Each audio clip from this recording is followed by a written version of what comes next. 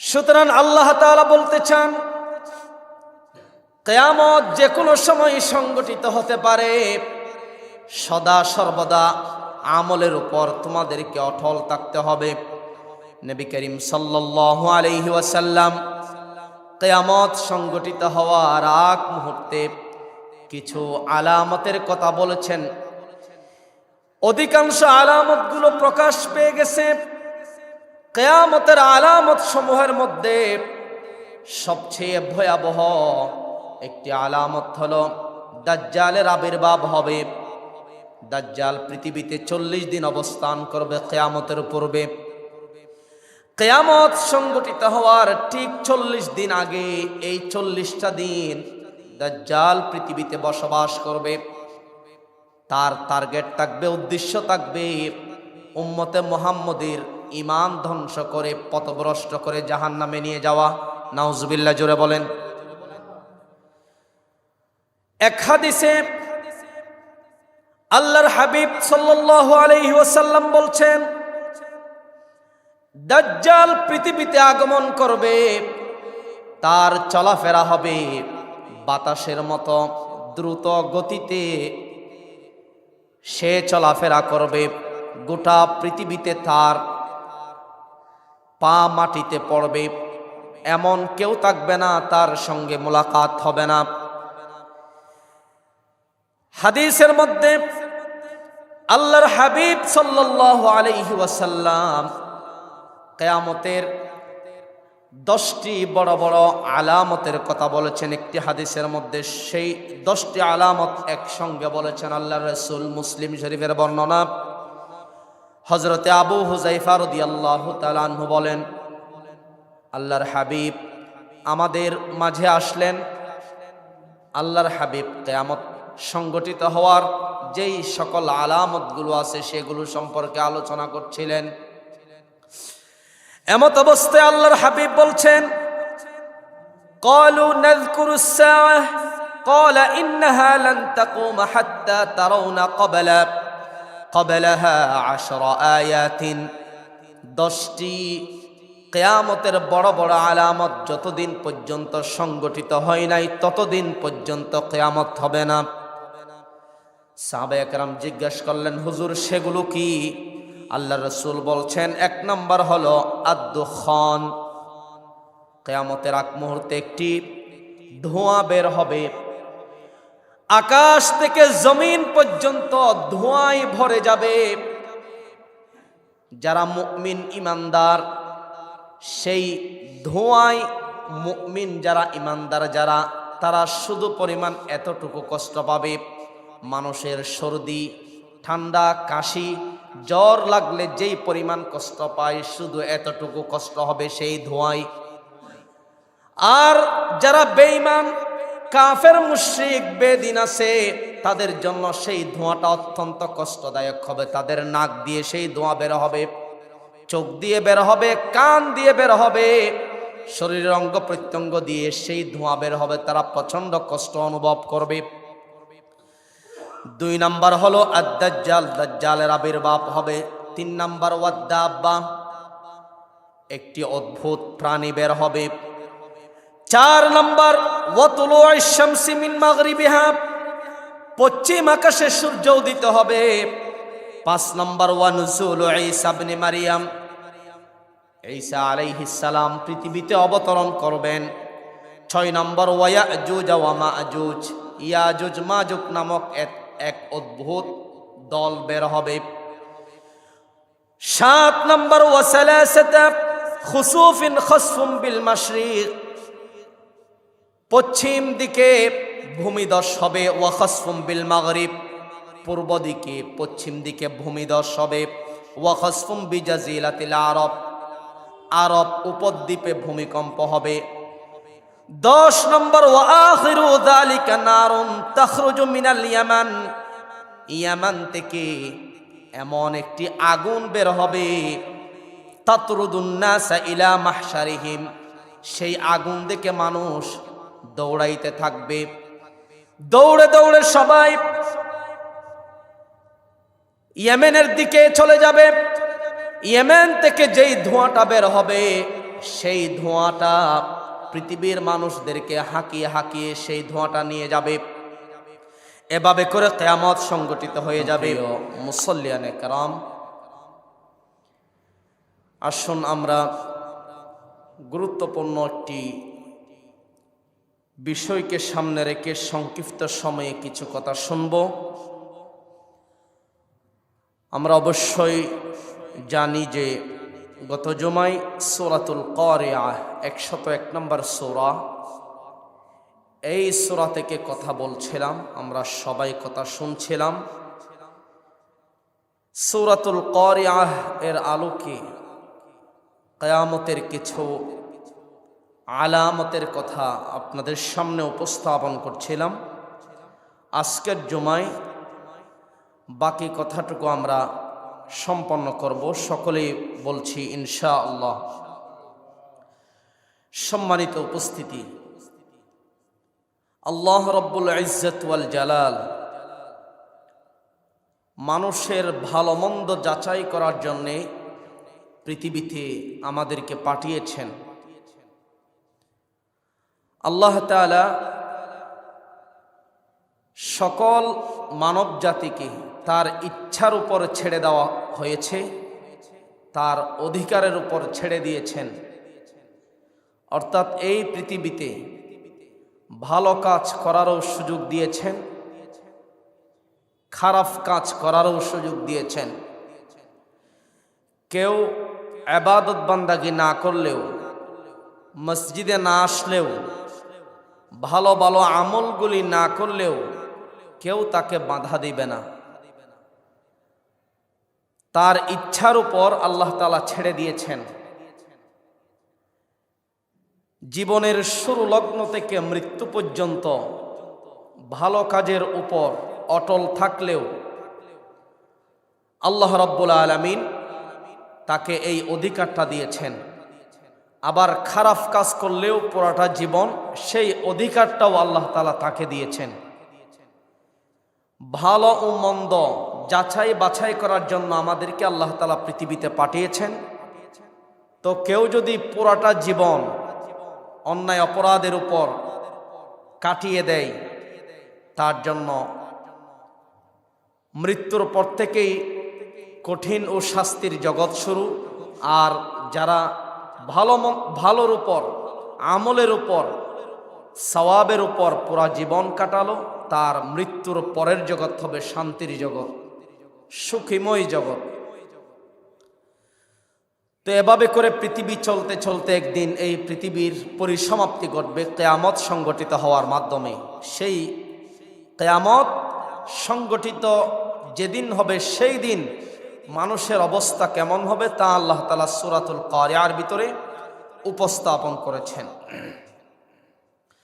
আল্লাহ তাআলা বলছেন, কিয়ামত অতি সন্নিকটে। কোরআনে কারীমের সূরা মুহাম্মাদের 18 নম্বর আয়াতে আল্লাহ পাক বলছেন,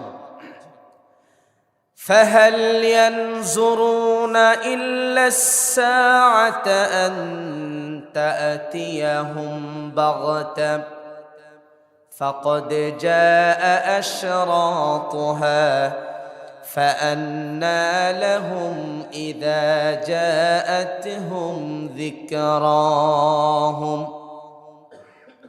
আল্লাহ পাক বলছেন, পৃথিবীর মানুষেরা কি কিয়ামত সংগঠিত হওয়ার দিনের জন্য অপেক্ষা করছে নাকি? অথচ কিয়ামত সংগঠিত হওয়ার কিছু আলামত শুরু হয়ে গেছে, কিছু লক্ষণ দেখা যাচ্ছে। আর যখন ওই কিয়ামত সংগঠিত হবে, তখন পৃথিবীর মানুষেরা আর উপদেশ গ্রহণ করতে পারবে না, তাওবা করতে পারবে না, তাওবার দরজা বন্ধ হয়ে যাবে। আল্লাহ রাব্বুল আলামিন এই আয়াতে কারিমার ভিতরে পৃথিবীর মানুষদেরকে সতর্ক করেছেন, যে কোনো সময় মৃত্যু হতে পারে, যে কোনো সময় কিয়ামত সংগঠিত হতে পারে। এর পূর্বে সদা সর্বাবস্থায় আমলের উপর, ইবাদত বান্দাগির উপর আমাদেরকে অটল থেকে মৃত্যুর জন্য প্রস্তুতি গ্রহণ করতে হবে। আল্লাহর হাবিব বলছেন, আনা বুইস্তু ওয়াসসাআতু কাহাতাইন, আমি যে পৃথিবীতে আগমন করেছি, আগমন করে আমি পৃথিবী থেকে বিদায় নিলাম, আমি হলাম শেষ নবী, সর্বশেষ নবী, আমার পরে কোনো নবী পৃথিবীতে আসবে না। আমি এই পৃথিবীতে আগমন হওয়ার মধ্য দিয়ে কিয়ামত আরো বেশি নিকটবর্তী হলো। আল্লাহর হাবিব বলছেন, হাতের দুটি আঙ্গুল দেখালেন আল্লাহর হাবিব। দুইটি আঙ্গুলের মধ্যে একটি আঙ্গুলের চেয়ে আরেকটি আঙ্গুল সংক্ষিপ্ত, হালকা একটু বড়। আল্লাহর হাবিব বলছেন, এক আঙ্গুলের চেয়ে আরেক আঙ্গুল যেমন দূরত্ব বেশি নাই, আংশিক বড়, তদ্রূপভাবে আমি পৃথিবীতে আসলাম, আমার পরে কিয়ামত সংঘটিত হওয়ার আর আংশিক এভাবে বড় আংশিক সময় আছে। এটা আল্লাহ রাসূল আঙ্গুল দিয়ে সাহাবাদেরকে বোঝালেন, পৃথিবীর মানুষদেরকে বোঝালেন। সুতরাং আল্লাহ তাআলা বলতে চান, কিয়ামত যে কোনো সময় সংঘটিত হতে পারে, সদা সর্বদা আমলের উপর তোমাদেরকে অটল থাকতে হবে। নবী করিম সাল্লাল্লাহু আলাইহি ওয়াসাল্লাম কিয়ামত সংঘটিত হওয়ার আগ মুহূর্তে কিছু আলামতের কথা বলেছেন। অধিকাংশ আলামতগুলো প্রকাশ পেয়ে গেছে। কিয়ামতের আলামত সমূহের মধ্যে সবচেয়ে ভয়াবহ একটি আলামত হলো দাজ্জালের আবির্ভাব হবে। দাজ্জাল পৃথিবীতে 40 দিন অবস্থান করবে কিয়ামতের পূর্বে। কিয়ামত সংঘটিত হওয়ার ঠিক 40 দিন আগে, এই 40টা দিন দাজ্জাল পৃথিবীতে বসবাস করবে। তার টার্গেট থাকবে, উদ্দেশ্য থাকবে উম্মতে মুহাম্মদের ঈমান ধ্বংস করে, পথভ্রষ্ট করে জাহান্নামে নিয়ে যাওয়া। নাউজুবিল্লাহ, জোরে বলেন। এক হাদিসে আল্লাহর হাবিব সাল্লাল্লাহু আলাইহি ওয়াসাল্লাম বলছেন, দাজ্জাল পৃথিবীতে আগমন করবে, তার চলাফেরা হবে বাতাসের মতো দ্রুত গতিতে, সে চলাফেরা করবে। গোটা পৃথিবীতে তার পা মাটিতে পড়বে, এমন কেউ থাকবে না তার সঙ্গে মোলাকাত হবে না। হাদিসের মধ্যে আল্লাহর হাবিব সাল্লাল্লাহু আলাইহি ওয়াসাল্লাম কিয়ামতের 10টি বড় বড় আলামতের কথা বলেছেন একটি হাদিসের মধ্যে। সেই 10টি আলামত একসঙ্গে বলেছেন আল্লাহর রাসূল। মুসলিম শরীফের বর্ণনা, হযরতে আবু হুযায়ফা রাদিয়াল্লাহু তাআলা আনহু বলেন, আল্লাহর হাবিব আমাদের মাঝে আসলেন। আল্লাহর হাবিব কিয়ামত সংগঠিত হওয়ার যেই সকল আলামতগুলো আছে সেগুলো সম্পর্কে আলোচনা করছিলেন। এমত অবস্থায় আল্লাহর হাবিব বলছেন, ক্বালু নাযকুরুস সাআহ ক্বালা ইন্নাহা লান তাকুমা হাত্তা তারাউনা ক্বাবলাহা 10 আয়াতিন। 10টি কিয়ামতের বড় বড় আলামত যতদিন পর্যন্ত সংগঠিত হয় নাই ততদিন পর্যন্ত কিয়ামত হবে না। সাহাবায়ে কেরাম জিজ্ঞাসা করলেন, হুজুর সেগুলো কি? আল্লাহ রাসূল বলছেন, 1 নম্বর হলো আদ-দুখান। কিয়ামতের আগ মুহূর্তে একটি ধোঁয়া বের হবে, আকাশ থেকে জমিন পর্যন্ত ধোঁয়ায় ভরে যাবে। যারা মুমিন ইমানদার, সেই ধোঁয়ায় মুমিন যারা ইমানদার যারা, তারা শুধু পরিমাণ এতটুকু কষ্ট পাবে, মানুষের সর্দি, ঠান্ডা, কাশি, জ্বর লাগলে যেই পরিমাণ কষ্ট পায় শুধু এতটুকু কষ্ট হবে সেই ধোঁয়ায়।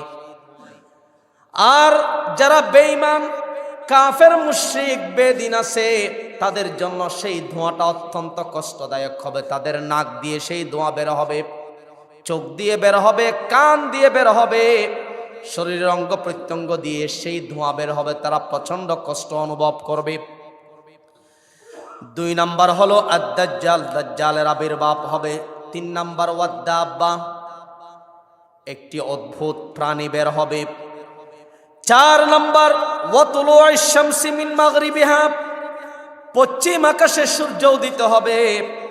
5 নম্বর ওয়ানুজুলু ঈসা ইবনে মারইয়াম, ঈসা আলাইহিস সালাম পৃথিবীতে অবতরণ করবেন। 6 নম্বর ওয়ায়াজুজ ওয়া মাজুজ, ইয়াজুজ মাজুজ নামক এক অদ্ভুত দল বের হবে। 7 নম্বর ওয়াসালাসাতা খুসুফিন খসফুম বিল মাশরিক, পশ্চিম দিকে ভূমিধস হবে। ওয়া খসফুম বিল মাগরিব, পূর্ব দিকে পশ্চিম দিকে ভূমিধস হবে। ওয়া খসফুম বিজাজিলাতিল আরব, আরব উপদ্বীপে ভূমিকম্প হবে।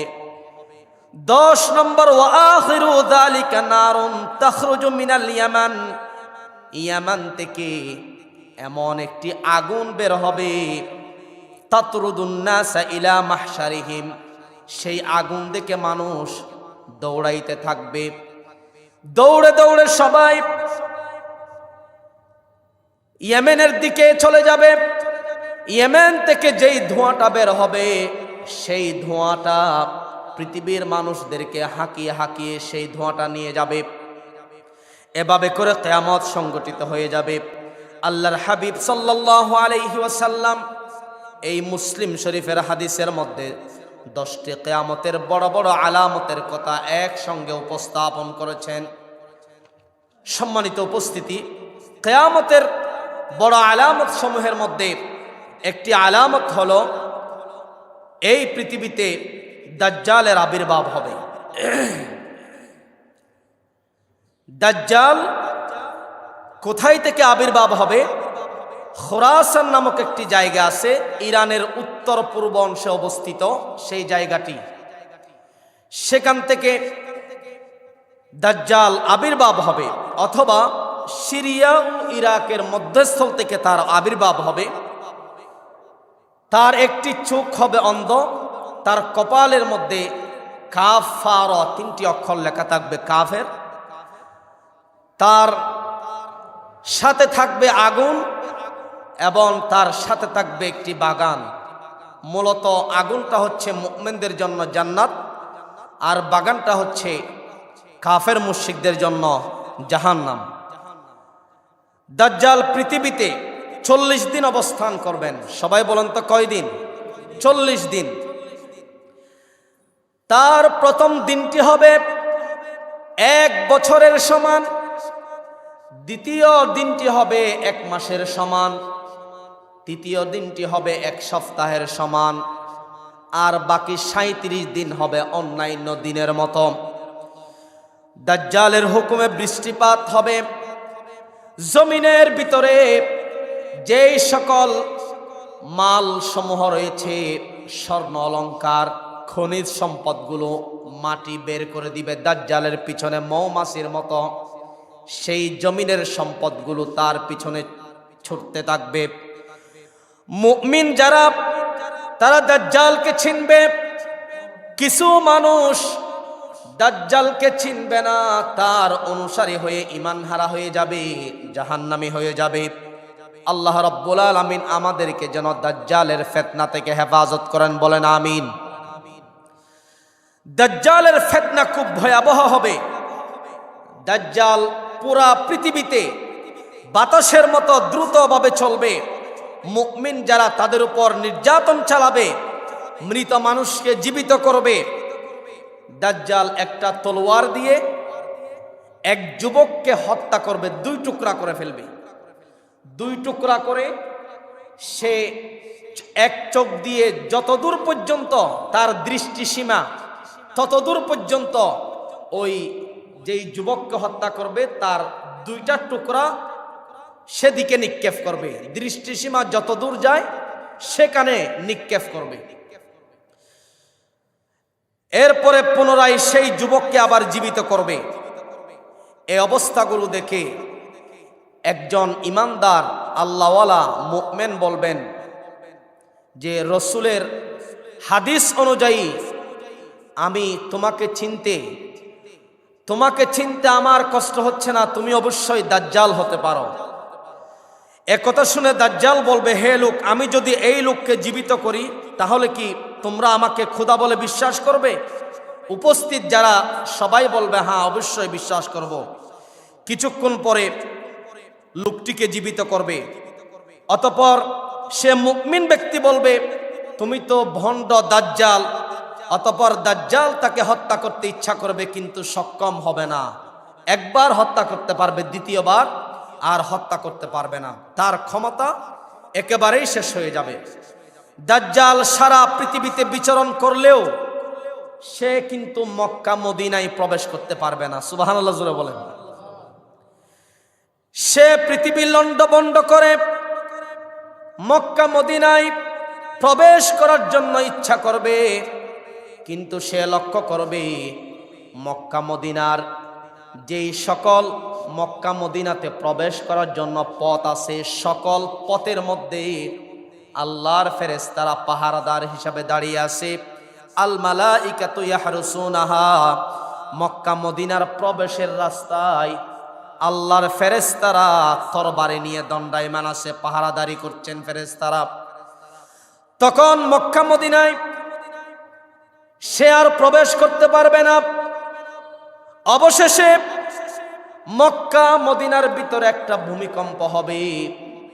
ভূমিকম্প হওয়ার পরে মক্কা মদিনার ভিতরে যারা মুনাফিক আছে তারা ভয় পেয়ে যাবে।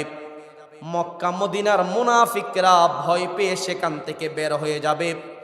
সেখান থেকে বের হয়ে দাজ্জালের সাথে যোগদান করবে। দাজ্জালের সাথে যোগদান করার পর তাদেরকে নিয়ে সিরিয়ার দিকে চলে যাবেন। দাজ্জাল যখন সিরিয়াতে আগমন করবেন, শাম দেশের 40 জন আবদাল যারা কাবা শরীফ তাওয়াফ করছিলেন, কাবা শরীফ তাওয়াফ করা অবস্থায় হঠাৎ করে তারা ইমাম মাহদী আলাইহিস সালামকে দেখতে পাবে। ইমাম মাহদী আলাইহিস সালামকে তারা চিনবে। চিনার পর সেই 40 জন সিরিয়ার শামের মানুষ যারা তাওয়াফ করতে আসছিল, তারা ইমাম মাহদী আলাইহিস সালামের হাতে হাত রেখে মুরিদ হবে, বায়াত গ্রহণ করবে। ইমাম মাহদী আলাইহিস সালামের মুরিদের সংখ্যা হবে 313 জন। কয়জন? 313 জন। ইমাম মাহদী আলাইহিস সালামের পিতার নাম হবে আব্দুল্লাহ, মায়ের নাম হবে আমেনা। নবী করিম সাল্লাল্লাহু আলাইহি ওয়াসাল্লামের বংশ থেকে ইমাম মাহদী আলাইহিস সালামের আত্মপ্রকাশ হবে।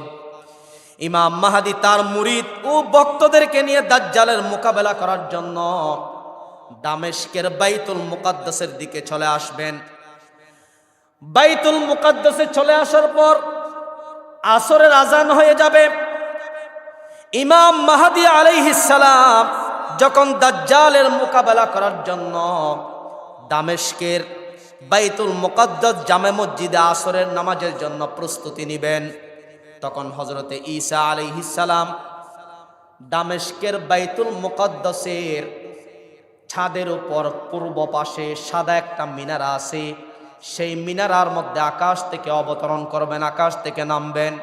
ঈসা আলাইহিস সালামের শরীরের মধ্যে 2টি রঙিন চাদর রয়েছে। কয়টি? 2টি রঙিন চাদর আবৃত অবস্থায় সে আকাশ থেকে নামবেন। দেখা যাবে ঈসা আলাইহিস সালামের মাথা মুবারক চুল থেকে পানি ঝরতেছে। কি ঝরতেছে? পানি ঝরতেছে। এমত অবস্থায় দেখা যাবে, মুহাদ্দিসিনে কেরাম বলেন, ঈসা আলাইহিস সালামকে আল্লাহ তাআলা যেদিন দুনিয়া থেকে আসমানে উঠিয়ে নিয়েছিলেন, সেদিন ঈসা আলাইহিস সালাম মাত্র গোসল শেষ করে আসলেন। এখনো পর্যন্ত মাথা মুছার জন্য সময় হয় নাই। গোসল মাত্র শেষ করলেন, সঙ্গে সঙ্গে আল্লাহ রাব্বুল আলামিন আকাশের মধ্যে উঠিয়ে নিলেন। আকাশের মধ্যে উঠিয়ে নেওয়ার পর আল্লাহ তাআলা আসমানে এমন একটি নির্জন প্রান্তরে ঈসা আলাইহিস সালামকে রেখে দিলেন, যেই জায়গাটি হচ্ছে ফ্রিজের মতো ঠান্ডা। এখন ঈসা আলাইহিস সালাম আসমানের যেই জায়গায় আছে, সেই জায়গাটি হচ্ছে ফ্রিজের মতো ঠান্ডা। এরকম একটা জায়গায় তাকে রাখানো হয়েছে। সেখান থেকে ঈসা আলাইহিস সালাম কিয়ামতের পূর্বে অবতরণ করবেন। এই জন্য বাইতুল মুকাদ্দাসের ছাদের উপর পূর্ব মিনারার সাদা মিনারার উপর যখন তিনি আসমান থেকে নামবেন, তখন লোকেরা দেখবে তার মাথা মুবারক থেকে পানি ঝরতেছে। আল্লাহু আকবার বলেন।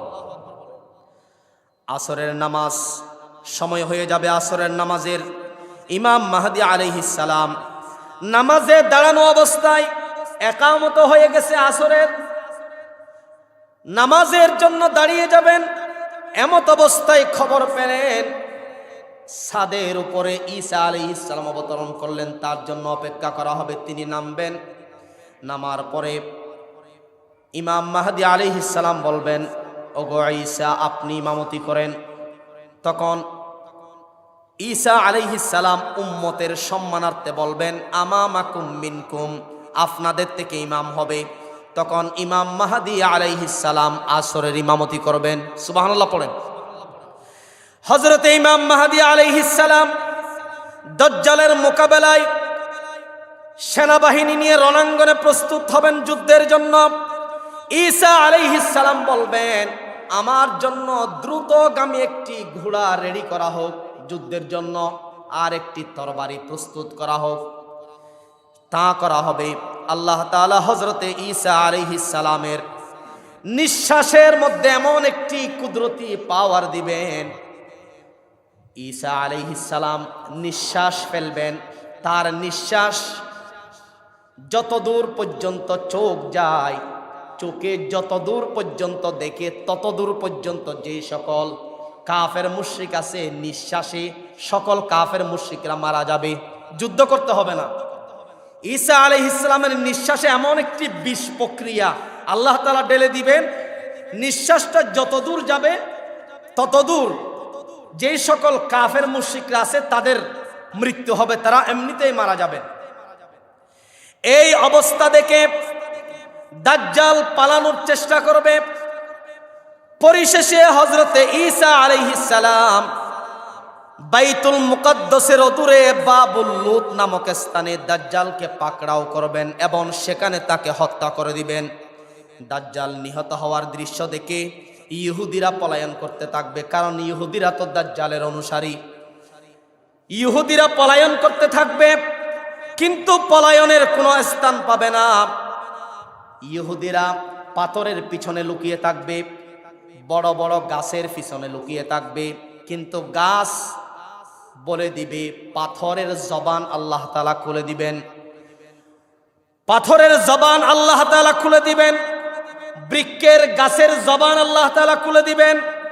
যেই সকল গাছের পিছনে ইহুদি লুকিয়ে আছে, পাথরের পিছনে ইহুদি লুকিয়ে আছে, গাছ এবং পাথর বলবে, ইয়া মুসলিম, হে মুসলিম, হাদা ইয়াহুদি ইউখালফি, আমার পিছনে ইহুদি লুকিয়ে আছে, তাআল ফাকতুল, এদিকে আসো, তাকে হত্যা করো।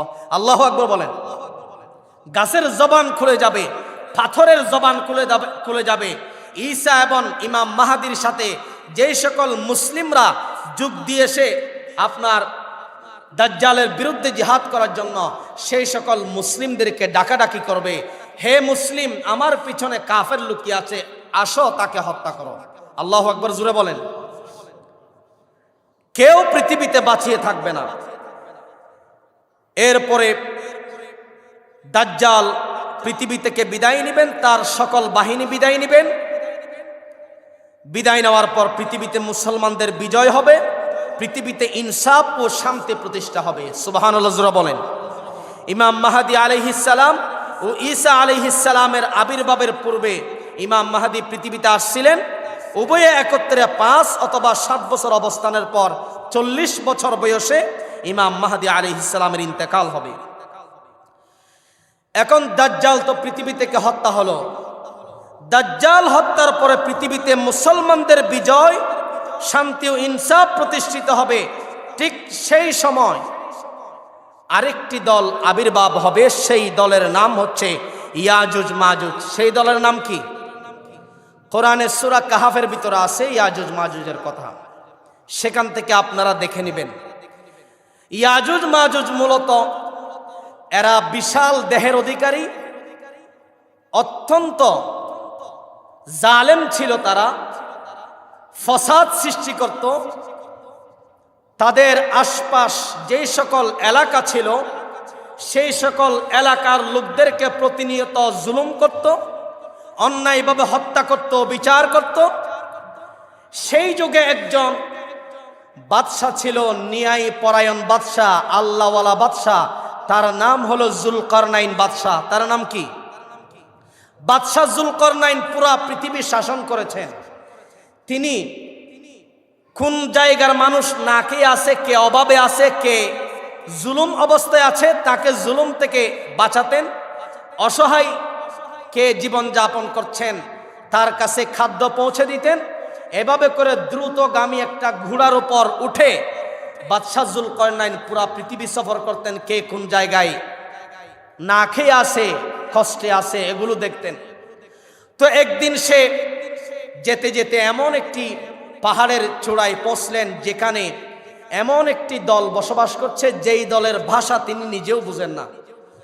তো সেই দলের লোকজন ইশারা ইঙ্গিতে ইমাম জুলকরনাইনকে বুঝালেন, হে ভাই, আপনি তাদের জুলুমের হাত থেকে আমাদেরকে বাঁচান, প্রয়োজনে আমরা আপনাকে কিছু হাদিয়া দেব।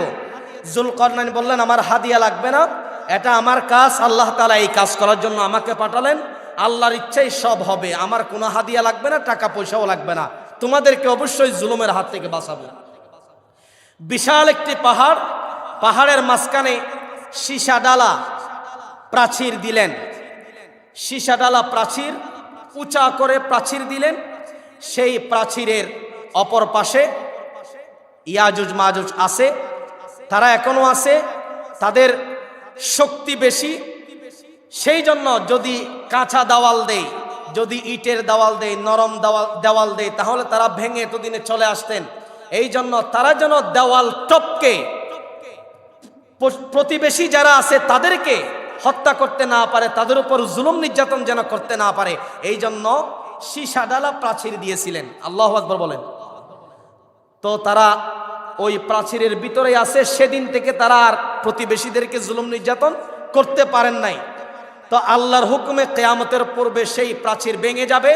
ভেঙে গেলে ইয়াজুজ মাজুজ সেখান থেকে বের হবে। বের হওয়ার পর কি হবে? কিতাবের মধ্যে আসছে, আল্লামা আনোয়ার শাহ কাশ্মীর রহমতুল্লাহ আলাইহির মতে রাশিয়ার দাগেস্তান অথবা কাসাসের সুউচ্চ পর্বতমালার মাঝে বাদশাহ জুলকরনাইন যেই সীসাডালা প্রাচীর দিয়েছিলেন, সেটা যখন কিয়ামতের পূর্বে ভেঙে যাবে, সেখান থেকে তারা বের হবে ইয়াজুজ মাজুজ। ইয়াজুজ মাজুজের মোকাবেলা করার শক্তি পৃথিবীর কারো থাকবে না। ঈসা আলাইহিস সালাম আল্লাহ তাআলার নির্দেশে মুসলমানদেরকে সমবেত করে তাদেরকে নিয়ে তুর পাহাড়ে অবস্থান করবেন। কোথায় অবস্থান করবেন? তুর পাহাড়ে।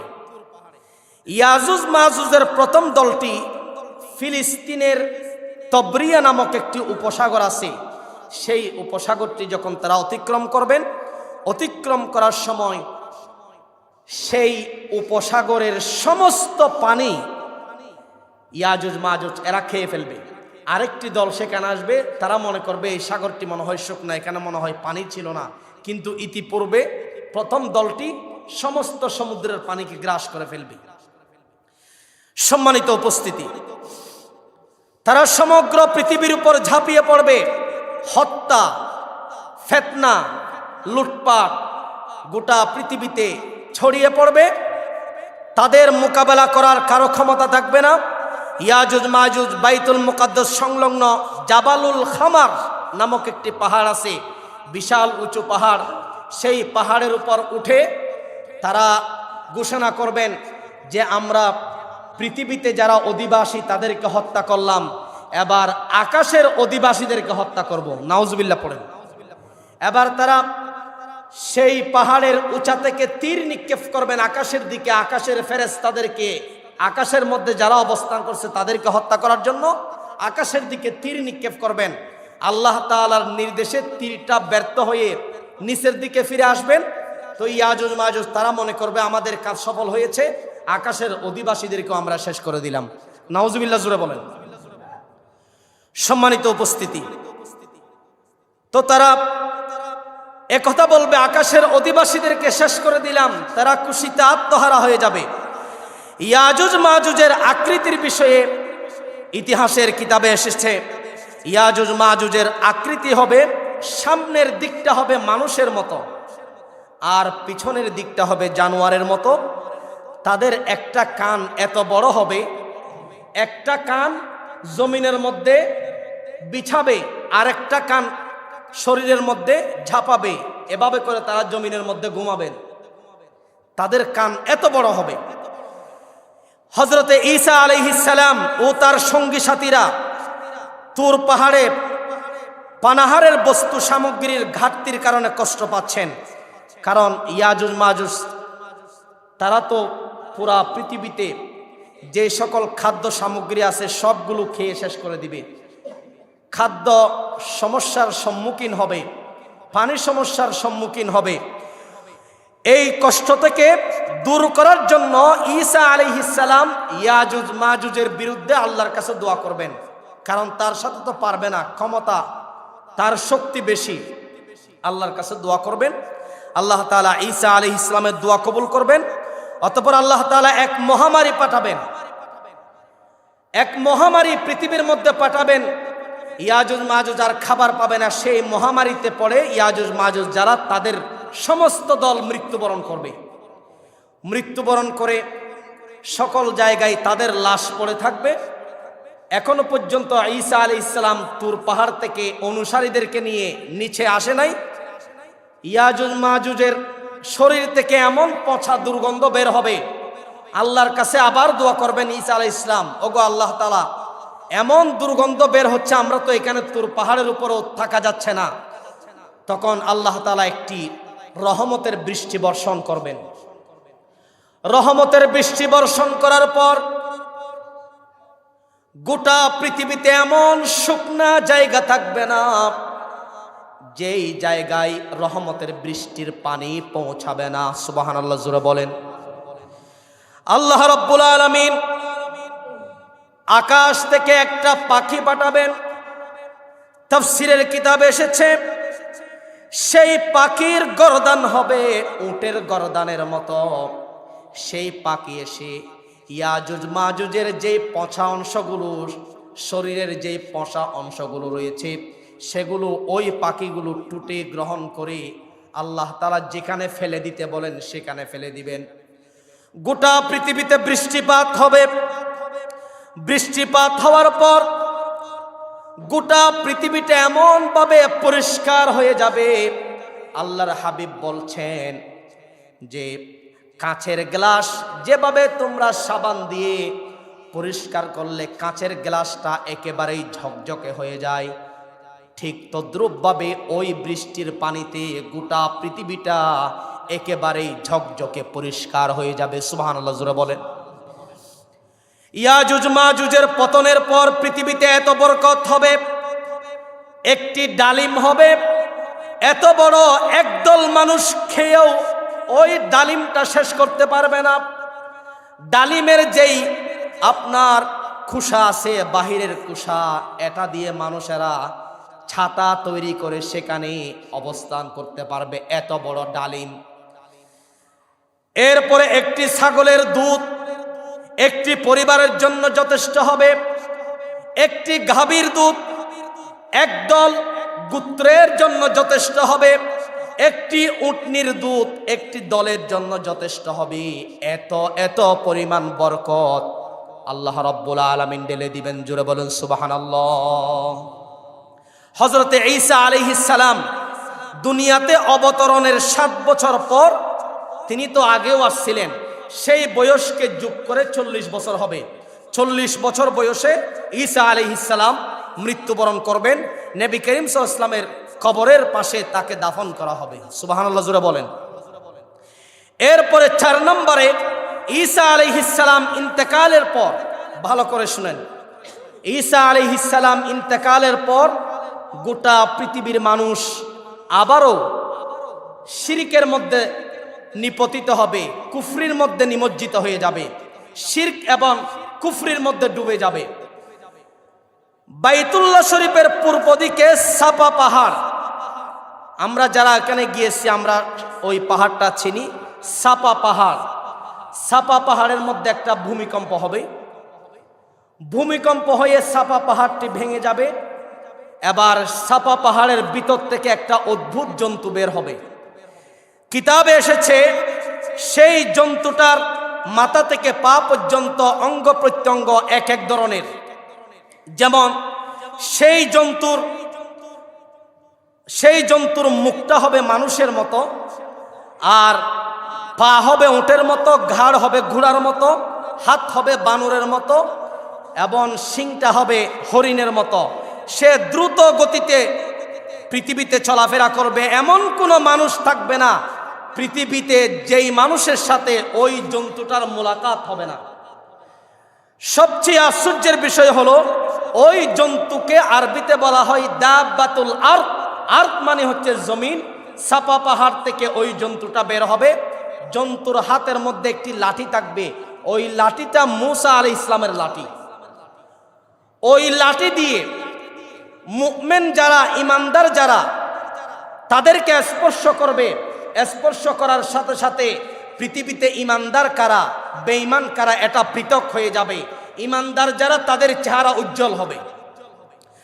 আর ওই জন্তুর হাতের মধ্যে মূসা সুলাইমান আলাইহিস সালামের আংটি থাকবে। আংটিটা দিয়ে কাফের মুশরিক যারা, তাদের নাকের মধ্যে স্পর্শ করবে, সাথে সাথে কাফের মুশরিকদের কপালের মধ্যে বেশে উঠবে কাফের, বেঈমান। তাহলে গোটা পৃথিবীতে মানুষ দুই ভাগে বিভক্ত হলো, মুমিন কারা আর বেঈমান কারা, এটা আলাদা হয়ে গেল। ওই জন্তুটার মাধ্যমে আল্লাহ তাআলা মুমিন এবং কাফেরদেরকে আলাদা করবেন। সুবহানাল্লাহ জোরে বলেন। আল্লাহ তাআলা একদিন হঠাৎ করে নির্মল বায়ু প্রেরণ করবেন।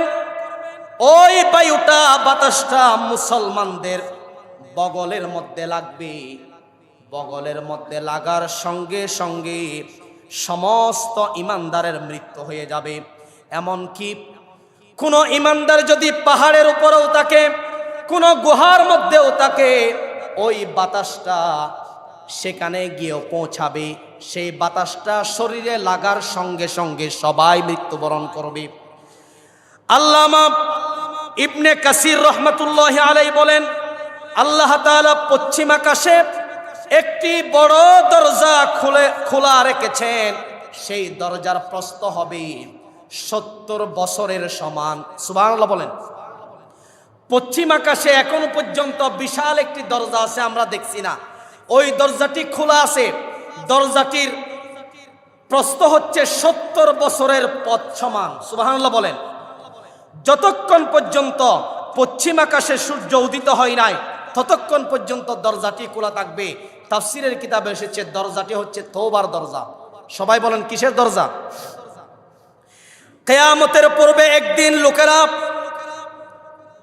রাত্রে ঘুমাবে, সমগ্র পৃথিবীর মানুষ ঘুমিয়ে পড়বে রাত্রে। হঠাৎ করে দেখা যাবে রাতটা শেষ হচ্ছে না, দীর্ঘ রাত। সবাই আশ্চর্য হয়ে যাবে, ঘুম থেকে লাফিয়ে লাফিয়ে উঠে যাবে। 10-20 ঘন্টা হয়ে গেল, রাত শেষ হচ্ছে না কেন, দিনের আলো দেখা যাচ্ছে না কেন?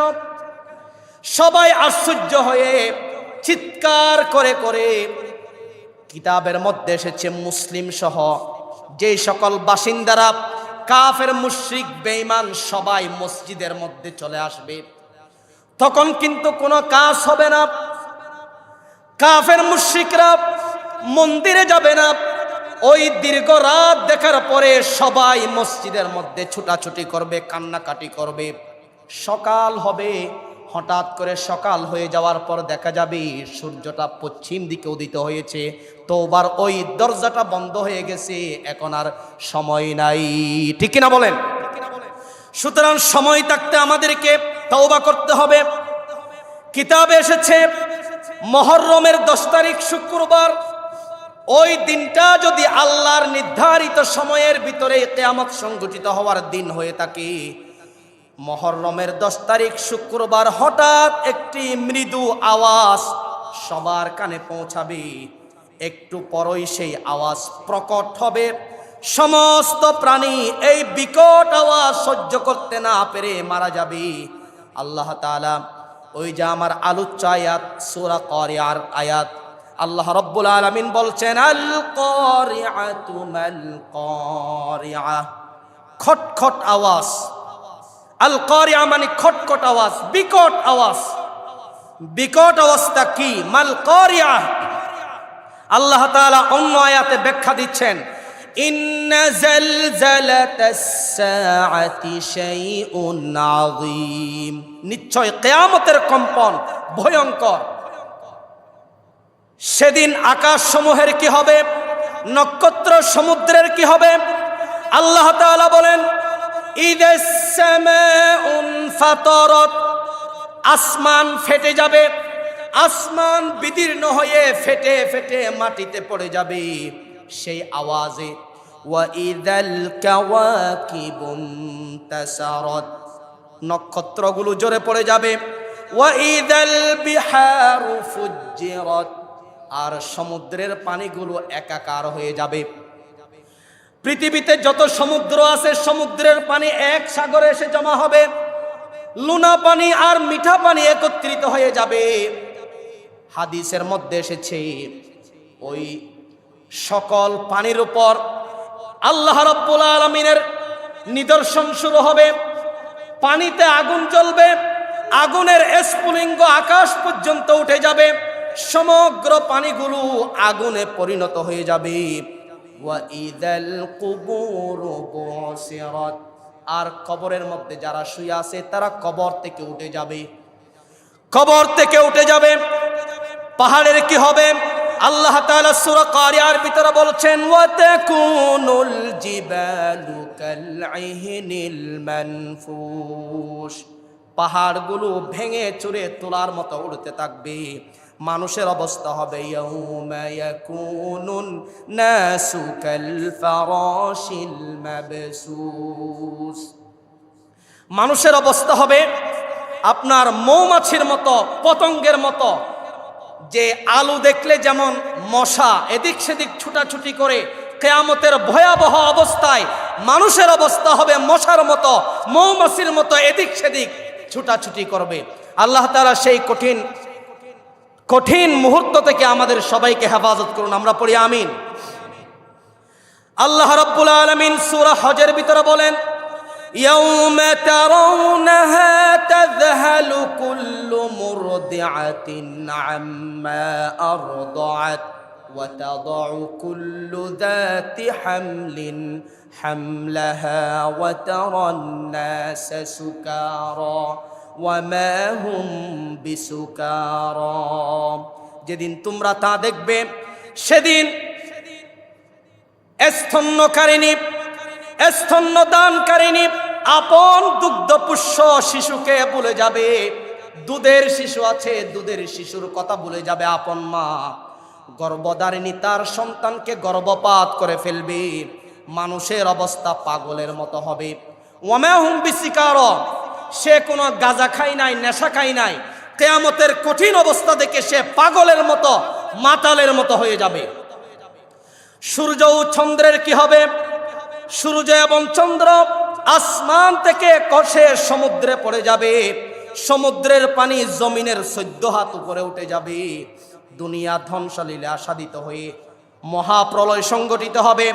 আল্লাহ পাক বলছেন ওয়ানুফিখা ফিস সূরি ফাসাইকা মান ফিস সামাওয়াতি ওয়া মান ফিল আরদি ইল্লা মান শাআল্লাহ। সবগুলো হওয়ার পর এবার আল্লাহ তাআলা ইসরাফিলকে অর্ডার করবেন ফুৎকার দাও। ওয়ানুফিখা ফিস সূর, ইসরাফিল আলাইহিস সালাম সিংগায় ফুঁক দিবেন। ফলে আসমানে যারা আছে, জমিনে যারা আছে সবাই বেহুশ হয়ে যাবে, শুধুমাত্র ফেরেশতা ব্যতীত, আর জমিনে যাদেরকে আল্লাহ তাআলা আদেশ করেন তারা ব্যতীত। যাদেরকে ইচ্ছা আল্লাহ তাআলা তাদেরকে বেহুশ করবেন না।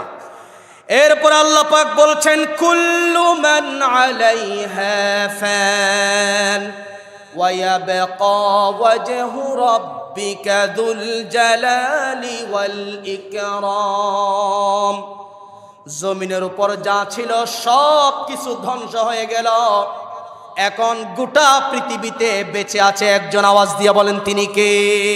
ওয়ায়াবকা ওয়াজহু রাব্বিকা যুল জালালি ওয়াল ইকরাম। আল্লাহ ছাড়া আর কেউ পৃথিবীতে বেঁচে থাকবে না। আল্লাহ তাআলা কুদরতিভাবে আসমান এবং জমিনকে তাবিজের মতো 3 বার পেঁচাবেন। কোরআনের মধ্যে আসছে পৃথিবী এবং আসমান এভাবে করে 3 বার ভাঁজ করা হবে, 3 বার খোলা হবে। অতঃপর আল্লাহ তাআলা নিজেই ঘোষণা করবেন লিমানিল মুলকুল ইয়াউম, আজকের রাজত্ব কার? জবাবদাতা পৃথিবীতে কেউ থাকবে না। তখন আল্লাহ তাআলা নিজেই উত্তর দিবেন লিল্লাহিল ওয়াহিদিল কাহার, আজকে আমার রাজত্ব, আমি আল্লাহর রাজত্ব এই পৃথিবীতে চলবে। ঠিক কিনা জোরে বলেন। সুতরাং সূরাতুল কারিয়া থেকে আমরা গত জুমা এবং আজকের জুমা আলোচনা শুনছি। সূরাতুল কারিয়া এখানে 11টি আয়াত আছে, 101 নম্বর সূরা। এই সূরার উদ্দেশ্য হলো আল্লাহ তাআলা কিয়ামত সংগঠিত হওয়ার ভয়ঙ্কর মুহূর্তগুলো মানুষের সামনে উপস্থাপন করে গোটা মানব জাতিকে হেদায়েতের দিকে আনা এবং আলোর দিকে আনা, গোটা মানব জাতিকে কিয়ামত সম্পর্কে সতর্ক করে ঈমান আমলের পাল্লা ভারী করা। এই জন্য সূরাতুল কারিয়ার ভিতরে বলা হয়েছে ফাআম্মা মান খাফফাত মাওয়াজিনু, যাদের আমলের পাল্লা ভারী হবে ফাহুয়া ফি আইশাতির রাদিয়া, তারা থাকবে সুখীময় জীবনে। আর যাদের পাল্লা হালকা হবে তারা থাকবে হাওয়া নামক জাহান্নামে, সেখানে প্রজ্বলিত আগুন ধাও ধাও করে জ্বলবে, সেখানে যেতে হবে। এই জন্য আমাদের সবাইকে একটা কথা খেয়াল রাখতে হবে, যে কোনো সময় মৃত্যু চলে আসতে পারে। সদা সর্বদা আমলের উপর অটল থাকতে হবে, সদা সর্বদা ইবাদতের উপর, সওয়াবের উপর, কল্যাণমূলক কাজের উপর আমাদেরকে অটল থাকতে হবে। আল্লাহ তাআলা আমাদের সবাইকে সেই তৌফিক দান করুন। আমরা সকলে উচ্চ আওয়াজে পড়ি আমিন। ওয়া আখিরু দাওয়ানা আনিল হামদুলিল্লাহি।